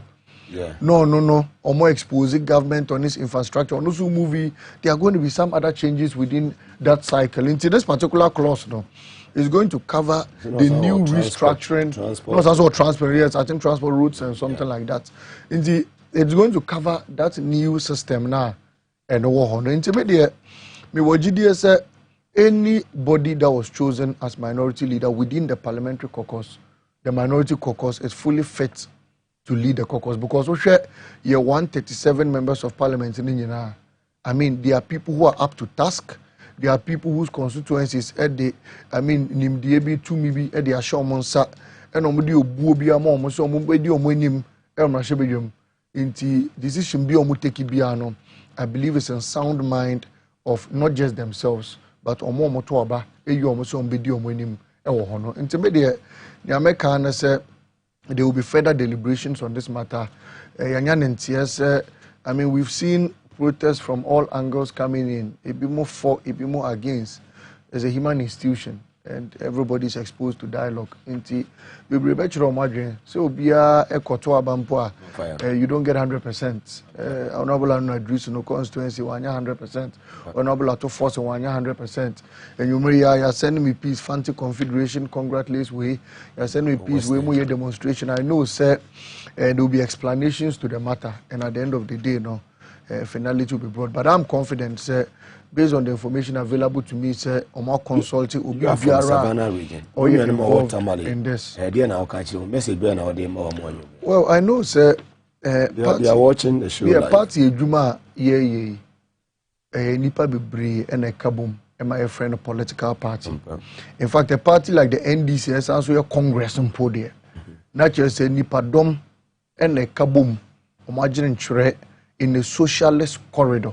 Naturally, say everybody's concern and view matters. And to say a more party, a group of rich men and a group of capitalists. Say a more for decision, it becomes final. In NDC, we factor the mindsets and the thinking of even the ordinary person within the party. Excuse me to say, until you know Bekano. Arrive at a concrete decision. It's immediate. Meaning that this particular matter will be expunged. But Mugabe, there are very critical issues trending. Very important. The national cathedrals. Now, we cannot focus only on these internal matters. Very, very serious issues. That boils down to bread and butter issues in this economy. Let's move on straight to National Cathedral. Any sense. Isud Anaba say yen suspended. Nakawuda say yen suspended. Already. Dakwood Mills, Arizani, Reverend Meza Otabe Arizani, former Presbyterian Church of Ghana moderator, and also Arizani. Mugabe, this whole issue of the National Cathedral and Sema Abe for the way, I think it's a board down to a matter of exposing the truths surrounding this particular issue. Now, my main country just say, and yes, will be time will be. And I say honorable Okuja to a black one will be one to quanti. And all this answer me to Jana media media men be bringing on other sister platforms. Very incompetent journalism. Fantastic. Now what do you want me uncle Jumano? One your member of parliament or no ajenembre, Edin Sika, Edin Adaji, investigating Yama Bibri, Ediabetuja. Now what to media house at your comfort. Wouldn't you shake up? Wouldn't the story be yet? Then you attempt, disgracing that member of parliament. Now, yes, it about 3 days ago. Honorable Okujato Ablakwa called one of the sister stations. No, blast you, because why introducing me? Why inviting me? Some member program. Our station. So, me nam kwa ba. Na mo sa tena station no so so pami ye. It go on the same platform. Obiso mo. Say so did you bring me here to disgrace me? Because mo the me ba se me be church nsemu. Na me amedika me te me ka mu eba no. Mo sa te ha me nya ndru ho no. Mo te ho so pa me ye. Nti sesi ano are you coming to ask me questions? And I say wo ba wo de me aba se obegu me ni ma se. And he did the yeoman's job in walking out of the studio. Nti interview no ambaso. A sister station. Metima Bodino, a sister station. Interview no ambaso. He walked out of the studio. Which of the station? As Empire FM. And I give him, he did a yeoman's job. Tina, and in fact, yes. And so on not and he was expecting him to come and sit on the same platform to speak about issues. Well,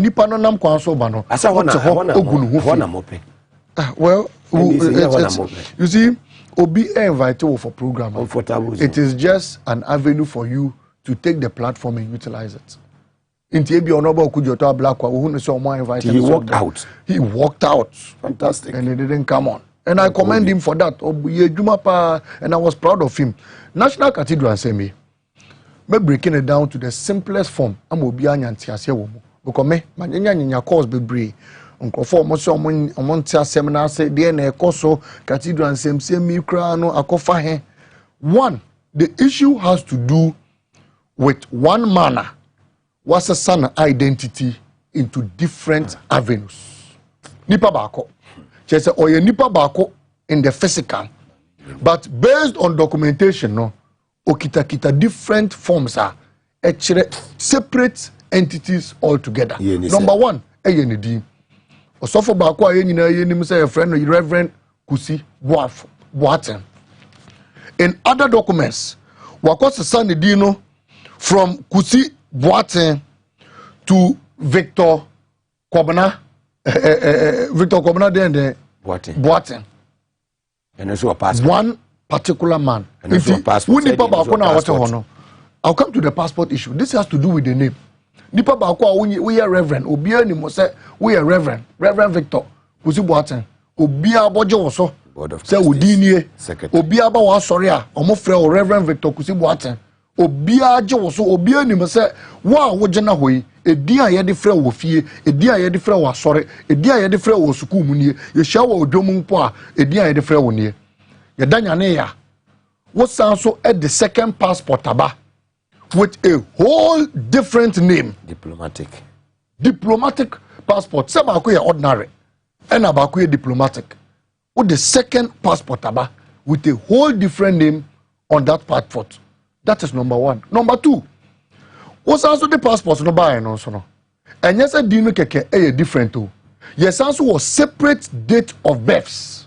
Bako 1971 and Abako 1969.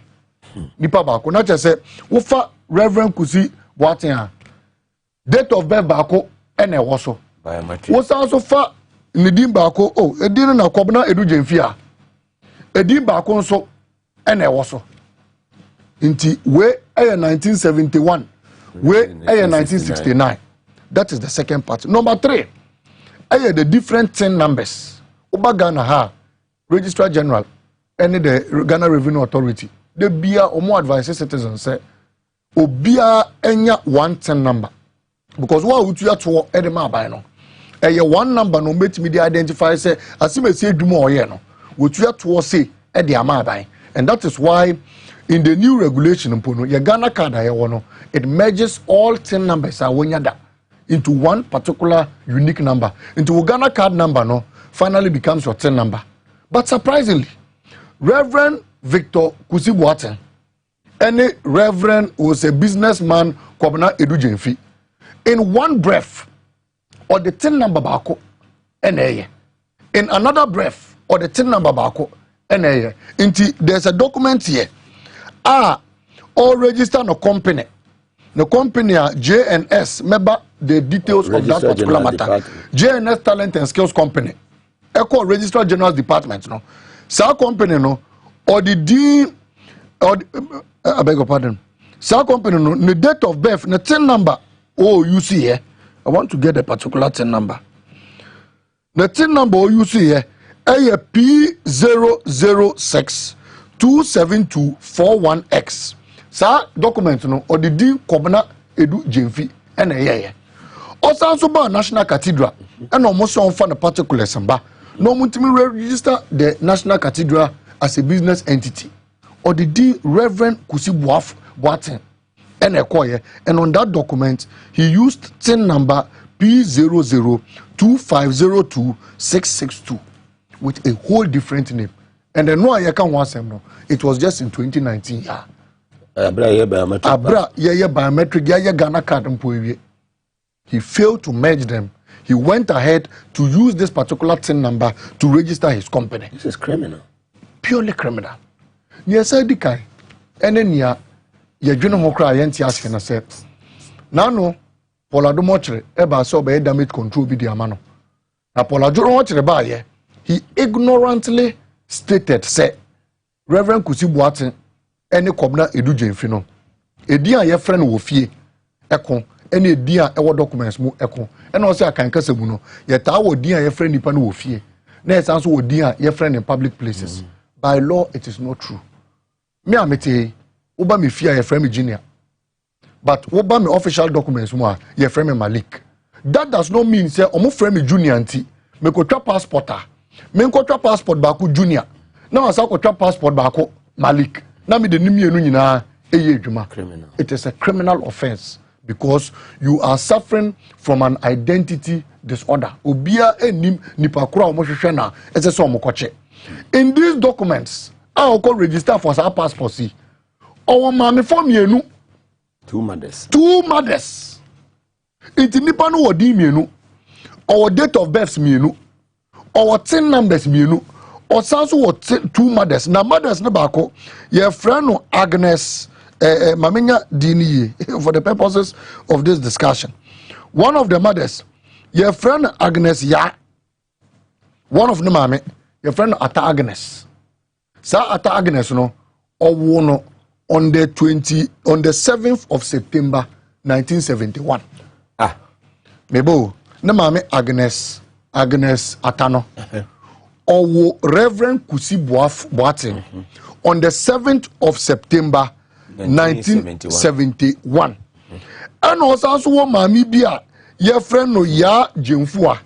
Yeah. Ono no wo Kobna Edu Jemfi. Sa mami ne wo Kobna Edu Jemfi no. Ono no wo Kobna Edu Jemfi. Na ba kon so wo Ataya Edu Jemfi. Ewo Reverend Kusibuaten on the 7th of September 1971. And na mami ba ko your friend no ya Jemfua. Ewo Kobna Edu Jemfi on the 30th of December 1969. Into nipa bako based on criminology into Kobna Edu Jemfi no passport no and ended with 6X no. And a Reverend Kusibuafo the no ended with 70. Into these are two identities with two different mothers operating within the law. That is the criminology of Reverend Kusibuaten alias, or in popular parlance known as Kobna Edu Jemfi. One. Number two, near this controversy in Ebaye. Ye cathedral ye kwakosi Ghana for nyina kanepe face sika ye de kwakosi sa cathedral anka ebetimi e de aye edwuma e mane de mfaso kese e de abrema yi instead of say ye de sa sika no be kwakoye sa cathedral as asika e wo mu no e ye $400 million bayi esimu pi se ombe so asa sika no akoye sa cathedral project consultants omutu omuka conflict of interest any omodika advance over 131 million edi amount mpodie enkodanche. But to topple it, you want to say the government, the board of trustees, are advancing 2.5 million. Edi a company JNS account mo. Is it 3.5 or 2.5? Okay. Edi to a company called J&S Talent and Skills Company Limited. Nti ehona eka se dabi na se company the board of trustees mo be transfer sikampo free mo accounts mu e dey ato a private man's company. Number 1 anke se board of trustees no si meet na simple no mo te sa sika na ase what you say no mo sa so ehwe se ne ombe fa ho ama sa sika ye disburse e dey ama private company nti expect speculation eno honorable Okuja Toka say obekomu number 1 ehun company kra omutu asa sika na mai okoye company J&S Talent and Skills Company. Edwuma omo ye nyina eye crèche e na omo siesi dwonya. Na woko de wonya ho students 5 nkwa e na ba sa class no. Nipa 5 nkola 5 e na crèche no e operate. Na company yete yampo enya be 3 years. No more advances as kai. Nti honorable Okuja Toka se dabi se ni omotu asesika ma menko board of directors na membi so omo edwuma omo ye ma cathedral no. E ma omotu an asesika no. Okomu, you were 3 directors. Bako Eshon, or your junior pastor of Reverend Kusi Victor Kusi Boateng. What the my address on with that because that's the public name. Or your junior pastor. Bako, Niyaba, oh no so that's so. Bako no Reverend Kusi Boateng. But on that document, you have Reverend Kusi Boateng. You the Kobna Edu Jenfi. Until when Honorable Okuja Toka decided to find out who Kobna Edu Jenfi was. Ekopie mu se onwa ene Reverend Kusi Boateng no. 69 71 at that particular point no is 69. Nana mami ya ataya.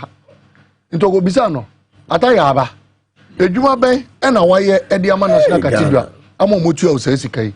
Ozo mimpo de me bo National Cathedral for no boso ya. No mu ni sika nti me bo mo boso ya na boso na me bo mo no. Eno eketua ena omutu ya me no. Per investigation, no member of the board of trustees of the National Cathedral approved for any loan to be given to the National Cathedral project. And no member of the board also approved, say, accounts. And that is why in for Dag Heward Mills, Ebetro statement, tender in a resignation that was even last year. But the explanation came this year, said there was no transparency in Sikebi Omutuya de Mobia. And there was no financial transparency in the Juma no Mudi Wohono. And Ninti and or de a Juma not to form say Juma on Yebium. Nesa to also. Sa 2.5 year to year no. And our noble Okuja to Black say fine. What the old Bobosia dia. Mamen Koshe. Say now was Sikebi da J&S account no and sana wo transfers as Sikano Edema National Cathedral project no. Omusa Koshe mu. Sa the controller and accountant general 5 days today on Modis Askano Emma National Cathedral for no. It transferred 3.6 million. 3.6 million from the controller and accountant general's department to the J&S Talent and Skills account. There was no accounting for it. Auditor General report no. Now you there to do on COVID-19 expenditure. And who say Sana J&S company no. When me duma ona almost supply to tissue paper toilet roll. Edema ministry no. Na sa tissue paper toilet roll no was to the tune of 3.6 million. If this is not a clear case of corruption, say when you seek a say when you get as a share, I born afford for your more. What else could this particular matter be? So that has to do with the corrupt practices of the cathedral. But Mugabe, asema ye kenyina, media near my rehoke see, and I say amidst all these things, I thought that metewa that me dream near Anka President Mahama, and ya $400 million Anko de Baye. Mugabe, when him say kuta terminal 3 kutoka international airport, AC hono. When him hear President Mahama this year, $250 million. Virtually half of the amount of Modi Kwakosi Cathedral. Now, so kutoka international airport terminal 3 AC way, for you for no less than 5,000. Me o police for more, security men are for more, cleaners are for more, and in the kaka umpodier, that whole facility has employed not less than 10,000 Ghanaian people, and they are fully working and is creating pavements. When him for solar road, 147 kilometers. When him sika here, President Mahama the year, $110 million. He constructed a 147 kilometer solar road. That is quarter of South Sikaya Edekwakosi South Cathedral. Mugabe means what to be paid share nut factory da. Be paid share nut factory. Yeah. When you see President Mahama there, less than $80 million. And I do see here. In 2016 alone, a year juma. Not a year juma fine, juma for not less than 3,000. And the people who are benefiting indirectly because your mama for they be omoko swaswa this share nut fruits no. Omoko farm no beton and their factory no. Okay. It generated lots of jobs in that enclave. Meaning, so what the Pokwasi interchange da? What's that? Yeah. Pokwasi interchange. Oh yes. President Mahama the 85 million euros in a year. And today we are benefiting from all those projects. Mugabe meaning so what the Tema interchange da? Tema interchange. Yeah. What's that? Offer. Papa. President Mahama had the $155 million in a year, sir. Interchange $55 million in a year. So if President Mahama were availed to $400 million, he would have done more than what he even did under his administration. Now so man penyi bi te ho. O se na dadwen na se ono no bo sha wa hye nyame se ono ankasa de nisika be ye no. Obetam ye $400 million. E de akoshe sa project no mu. Na ye pew sa project no no be ye. But the conclusion point of this whole matter is say I'm impressed Honorable Okujato Ablakwa this answer me akodan shrine. And they have started investigating. Opportunity bia so for no Reverend Kusi Boateng anya so be explaining himself to the Ghanaian populace no. Wanti man chire chire memo. Ba kwa ye interview no. Oso mo ba be dua fruits, apple, tomato, mango, EDC National Cathedral. Nti ne ya kan nyina ampo de enfa no ho. Oso anya opportunity ba ko. Oso wo kosoro a asamanfo ne abeyifo betete. Nti omo tete wa emanu bu abam. But you have not been able to explain to us, number one, and in one document, you have Reverend Kusi Boateng, and another document, you have Kwame Kobina Edu Jemfiana. Number two, and on one document with date of birth, 7 September 1971, and about 20th December 1969. As also Nokre, say what 10 numbers, no, Bako ended with X, and Abako ended with 0 from P what. As we are no cresse, wa we are nipa baako no, mame form yenu, and a wo. Baako, your friend Agnes, me body no, Agnes Bibi, and a baako your friend Ataya, and Okrana.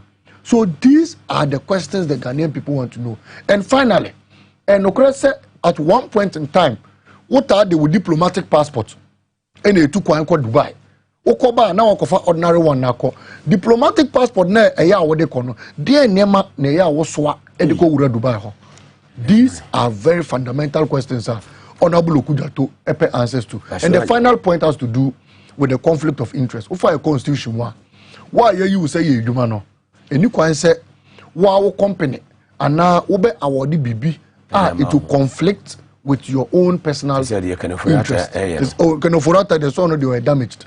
On the purely damaged now, Papa Idi Azumi power on the betting to move first. So Mugabe, these are the issues surrounding Reverend Kusi Boateng in popular parlance known as Kobina Edu Jemfi. Medasi. Live on TV as well as your number one political talk show, Gumbe show and Wasugusu Awutie, and Tuesday, the 24th of January. 2023. Yabas like I said, Fama, a Spanish garlic mesa, and the capsules.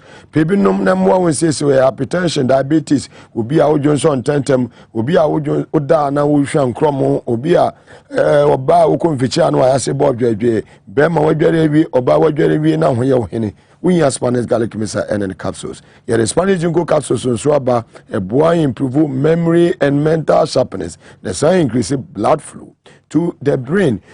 Now also compare Spanish Jungo capsules and the Spanish garlic mesa and the capsules to be for 0266114341. Pharmacy shop be Biano and they have our shops in Ano. Ubenya bi ato Prosa Joy Abba o Prosa Joy Abba ubi a wenye mfia du yasenum ekwa nenim no wanya prostate enlargement abenom baako no pa baako anwumre ubi so obo ho ban ede free eye prostate enlargement no Prosa Joy da bia obenom baako wodi wani eche NS chemist Lina Topa Pinicom Nisi is cantonment and baseline repass we nyina pharmacy shops awodo akanyina no ubenya Prosa Joy ni bi ato pebi nanom na enyi eye prostate enlargement no wone no ento nkwanta empire ojonso na ojonso ni mu achemie no ojonso na obe memo ye wo ya ni nyina bon ka ye say process enlargement no eno na eboboba frɛ eye prosajoy e wo 0244727028 ofra ye beje oso to pain capsules and to pain ointment from Solar Natural Clinic when ya ubia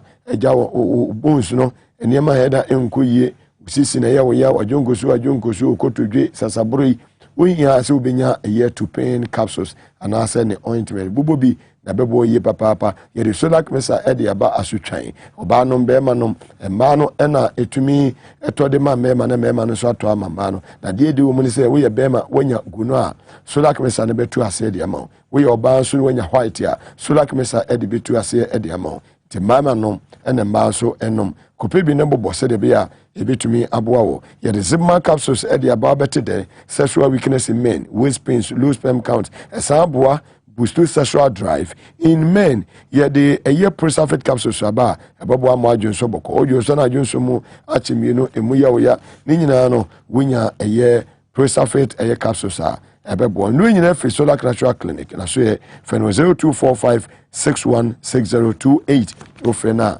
ye beje wo so Medimosis aso ye ne adui ye ne de prosakio herbal tea any prosakio S capsules dey abedwa so 100% natural herbal food supplement ojawo nunum bia bua pa ma ye Johnson itimi flu ye ema ho eton obi a wo frequent urination and straining or difficulty in urination we has obenya prosa ye kio herbal tea any prosakio ye S capsules aboa mo itimi adwonso ye papa ye de eye Mediplus any afromosis and so aba and also babua provide eye main vitality and strength so ena esambua ema be ma ogina ona so brand low sperm count nye boni nyina gu baby premature ejaculation me be sesi wa ma ogina ona so ye de Fremakio S capsules di aba a daily herbal food supplement for Emma ladies eboa correct irregular menstrual flow so na san tate ayemfi ho eye ma bibia timi konkan kama onse malik mo sa no omo ba na ye tight anu mani age omo ba na ye tight anu mani age ne mom no so besa ache ase on echesa adene eche a unkasa mmiri eye neat a unkasa mmiri de be ma na ope no eno we de be ye ebasa wodo no odo ne ntimi ngu dada bia ne temu sa tasu de yenkonkon a ye Fremakio S capsules pebi nanom ema no ne mwa nsesio hwe Medimosis akira kwan ewo adenta oni the PlayStation edin hwe ni mu Accra wo inside the AESL building sanso na temawaje kojo near school for the deaf ashaman ene ne patemu nyina no mo amo nyina no modi mani akire eye aje kojo ho a wo be hu eye Medimosis ewa so ye ho ahenema kokko be nkuma ase obo ase santase kwantempo no so for doctor na ne ntwetwe nkomo enwumire ewo 0244 068 447 ofra Medimosis ebeje wo so na bibia konkan ede ma no oba na wo pe admission dia ma no onya bosome nan ikosi mfienum ene ye Montessori ntete ene de oba ne FM oba no o lower primary say class 1 class 2 class 3 akonya wo ho ewo Hebron Hills International School ewo Media of the Sawam Road tutumika na fu ne eche ho na wa no udu environment wa na say yes you school achechefo no kwan omo fa jeje nkwada ene abote omo ma nkwada de mo say yes new school bia na school ne mo school no de ope de oba no oba sele no wa shine na Hebron Hills International School say excel and shine Media of the Sawam Road hona be hu Hebron Hills International School. Over to you, my good brother Malik Basantari, on the issue of AG the report on COVID-19 expenditure. Well, Mugabe, sir, COVID-19 expose, me them a friend expose, because the debates are here to explain things to Ghana for say MPP are buying COVID-19 financially. Na ebi mo ntiase na ebi mo so na ye omadwen se na propaganda na na ye but nde MC Auditor General de nokre no etudwa and obia nyankrata no akankan na ewom na wa obekankan krata na bia no edemu pefe a obeti ase ne ekoso but me de me chirechire mu ama obia nyantiase ewo ne ekosuru mu ye dikan. First of all, COVID-19, you can't say ebeboa abayimuno. Mo bi anya na adwen se COVID ba ye ebegu ye economy no fi anya no kre because the facts and figures on the radar no actually contrary to the MPP for the nam say COVID-19 bebu ye economy no. Number 1, revenue generation. In 2019, revenue abayinya was about 42 billion. In 2019, tax revenue kwa. 2020 ana COVID-19 aba ye wo COVID-19 mu ankasa no. Abayi enya 55 billion in tax revenue alone. 2020. That's number 1. Number 2, inflation. In 2019, now we double digit. In fact, we were doing 13% inflation, around 12.5-13%. COVID-19 by here. As I said, now at that time you're locking your borders into me importing goods embano. There was less pressure on the dollar. Into dollar rate no eba from ema your cost of products and any kakao. In fact, nasa amreno obia epeso obo no nyonko. Into automatically prices of commodities came down. Into inflation rate at that time reduced to about 7.5%. That was during COVID-19. Eboa abai no papa. Near that also the dollar depreciation rate. Before 2020, na dollar no it depreciated to about 14.5%. COVID-19 by here, and now said there wasn't pressure, like I said, on the dollar ratio again. Dollar depreciation down to 7.5%. More I know. During COVID-19, the dollar depreciation rate was naturally slow. Now MPP4 and nam say, oh, Omabo Juma, I'm afraid the dollar no and cost rubium into yetete dollar no so. That was also as a result of COVID-19. Into all indicators of the economy no. COVID-19 ebe boa the government of the day than rather depleting our economy. Then on the financial terms, Auditor General report the abetu just said Abayi enya 21.6 million. Sorry, 21.8 million billion during COVID-19. So 21.8 billion the government of the day enya be free the IMF. The government of the day enya be free the EU. The government of the day enya be free the World Bank. European Union. The government of the day medical enya be free the EU. And lots of domestic contributions. So Obekaya, maybe, and the contingency fund. So Obekaya during COVID-19, private individuals, lala sulala, say a bre, mo media for mo free airtime. So fire kufo. Mo platforms so omo tuya bibia mo. President SRD ni nuya so fire kufo ena etana fund nano. Ote fund nano. Ye Obekaya na mashebedwafo a friend is on bet bunkonta on bet accounted for all the sika ye dia toto funds no one fiobia. Auditor General report said the government raised 21.8 billion out of it. 21.8 billion. Abayi use only 11 billion on COVID-19 related matters. Now say 11.9 million no, 11.1 million no, billion no.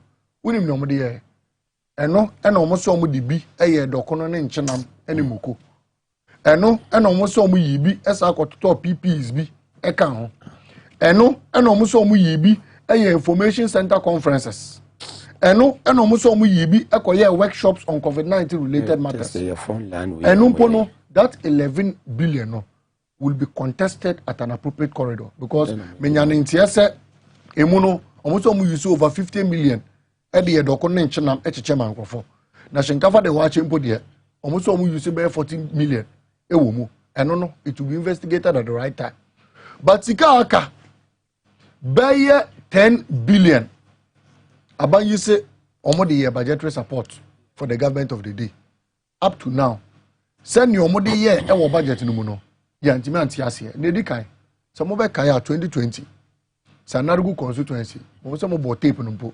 Felicia Tete. E de betu dwa se Abayi suat sika COVID-19 sika e de egu ka mu di aba. Na sa sika no mo di aba no. Ono oye vice chairman, omo man 50,000. No constituency chairman, omo man 20,000. No constituency secretary, omo man 10,000. Constituency bi omo sa for 200,000 e de ma constituencies no. E no ankasa sa de 50,000 as vice chairman no. Eddie Khan, the second 50,000 on the count as parliamentary candidates. 100,000. Eddie Khan constituency, not just in one constituency. The government spent over 4 billion. Sikadadano. Our constituency back home. Multiplied by 275 constituencies. That was the amount of money, according to Felicia Tete. Abayi, Eko Tugu, the various constituencies, all on election-related matters. Absolutely. Omo party regional vice chairperson, Honorable Felicia Tete for the Northern Region MPP. And this information, Ebetuja. Nietosumienu, Abayi, as a result of its recklessness, FISikamu, $80 million. At the Koto UNESCO accounts, so I'm COVID-19 in Drew. That's Andrew Numpono. Number one, they were inflated because as at the time, I almost in Drew near Tombako $19. No, at that time online, it was $9.6 online. Sputnik vaccine. Thank you. Almost say almost $19 per vaccine. At that time, cry expose my health minister Becca said decision no take here no no. Now say na dream. Yen and kakra. To know ya bodam kakra nti fan so. Emma or this ask parliamentary approval. And no, that's what investigation. And now Auditor General report no dia betu bia say e duro mo toma ye $120 million no. Auditor General e this ask kan ko tua ye Emma almost submit emu be 40 million. Edema the government of the day. 80 million of the amount e ko tua no egu so da mo account mo. 2020, 2021, 2022, 2023. 2023, not a single penny has been withdrawn from say 80 million now. And that's our accounts. Now, so near drain say individual bondholder sika. Yedi yesa kotumu. Eyo musika because abayi ni sika. When we have 80 million lying in somebody's account, not being utilized by the government of the day. Near tosu mienu, abayi safa yesika $600 million. So $6 million Ghana cedi, sorry. Eko so mo koto ambulances. The total cost no na about 10 million. Omu 4 million. Eka 6 million. And almost say omu nko kra ambulances no. Enfa me block the fight against COVID-19. Mugabe, when him say ambulance bako, ambulance cover, ambulance key, ambulance azos pipe mpo, ambaye ma inso. Now, so yeah, that's why 6 million at that Nkofona accounts. The health minister and the finance minister feels unbothered about those monies. Yet ye the sika and the carbon holder sika. Near Tosumian sa, when you say Abayi FIA sika move 50 million, Eko Adakulu. So moko high isolation facility. Adakulu, Honorable Abuja constituency. So moko high dying. Edia isolation center, $50 million. Scan your body. When you say Asikano, Omrico Tuyama, Fiorano, almost fee no 50 million after paying that at a lease rate for 25 years. Which is Asikano move by 25 years. Yabako, 15 million per 25 years. Let me break it down. My own not 1 year until 15 years. Every year, 12 months. 12 by the 25 years. Not just we have 300 months. We divided 15 million by 300 months. Not just every month, the government say you have 50,000 Ghana cedis for the rent at Adakulu. Voter. Tamale rent mpo. Now Accra, 50,000 a month. Mugabe Accra, 50,000 a month dying. When you say here, a so chain a most station 50,000 there you have 50,000 a month. Accra. Now, so who's dying fear almost you have 50,000 a month. And let me even tell you, in finance terms, at the Abia Ukomu at a least rate, because you have for over 20 years, 25 years. In this cano say omo high down at a month, would you have 1,000 Ghana for 1 year poor. If it's at a least rate, on bet me the amount 80 cedis. Because we bet you for a very long time, not Diana Beshaw. It didn't end there. Almost dino, omutuawi and omu se nkura ne nkutre ne ne kaka ene na kitchen ho nti se so year renovation almost half a sika 20 million renovation sika no mpo chain rental so rent 15 million 50 million and almost half renovation sika 20 million 35 20 million e cost some renovation we dem e ba hola no almost renovate with 20 million new year according to them no dino almost have a dino renovate year no and your more fair almost share 35 million now so your musica into dino pomu yusu almost jai dino and they are crying. That is the wickedness of Nanado Danko Akufo-Addo, Dr. Mahamudu Bawumia, and the finance minister and health minister. This is how they have decided to waste our expenditure. But media, we have individual bondholders. As a result of the fact that the government of the day cannot be exposed to the capital markets again because of a bosia or more bo, a bayi or monkwa. Increasing your debt ratio by over 350 billion. Capital markets, now say one seed input, now the government of the day must be able to reduce our GDP from over 155% to about 85%. Sana the input, the government has been unable to do that because ukoye gross reserves no more, sika ba compound ho. Ukoye sinking fund more, sika ba compound ho. Ye ESLA reserves ni fund no mu, sika ba compound ho. Get fund levy fund mu, sika ba compound ho. They have depleted all the monies in our economies, and as a result of that, they are attempting to now dip their fingers into bondholders' monies. Now, ensi ho, when you say banks bebre wo mai mu Mugabe, omode omu revenue bebre omunya, especially the commercial banks. 70% of omu revenue, every the coupons from bonds now, right. And as a result of that, non-payments of these monies from next month, echo, mobile banks in bebre. Collapsing. And why they are collapsing is because the government has been able to fulfill their parts of providing the coupons for bonds from go investee.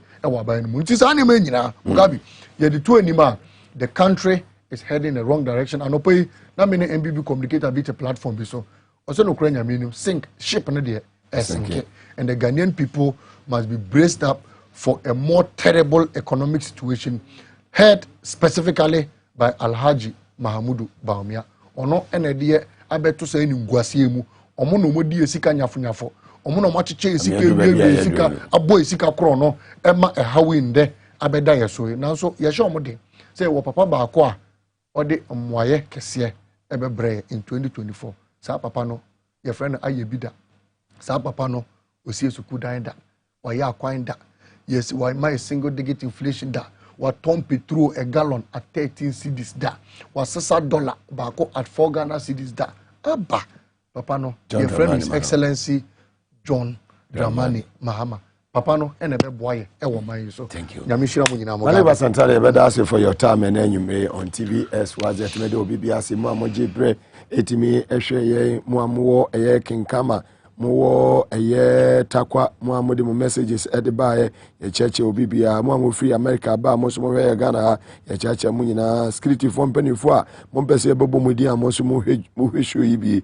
eno so ye cheche mo nyina ene enwum sufo na me enhia mo ene nkanfo nyina nya me enhia mo meda eye team na se Kevin Asante ene she producer she program nyina as eye producer Desmond Soa eye an assistant producer Enua Ima so ema aja bibia timi ekonkan ewo eye mfidie no echi Raf echinchim na aja otunani area bibia boko general manager of TVS was at Abuaje ono so ni support ya appreciate papa Mr. Eric Ahianyo also support o production no mu ye appreciate e do bibia say obia aboadwuma ama bibia konkan Prince any Kofi the boy and so camera for yi and so mu team no solid cameraman for ni nyina me bomu nyina abaso encheni yeko ebimu eye naming eye ceremony adoring nyina monye monwo award ehu hia monwo na monore na jomama enche no oba enti monwo emema no monwo emba na monwo ne enore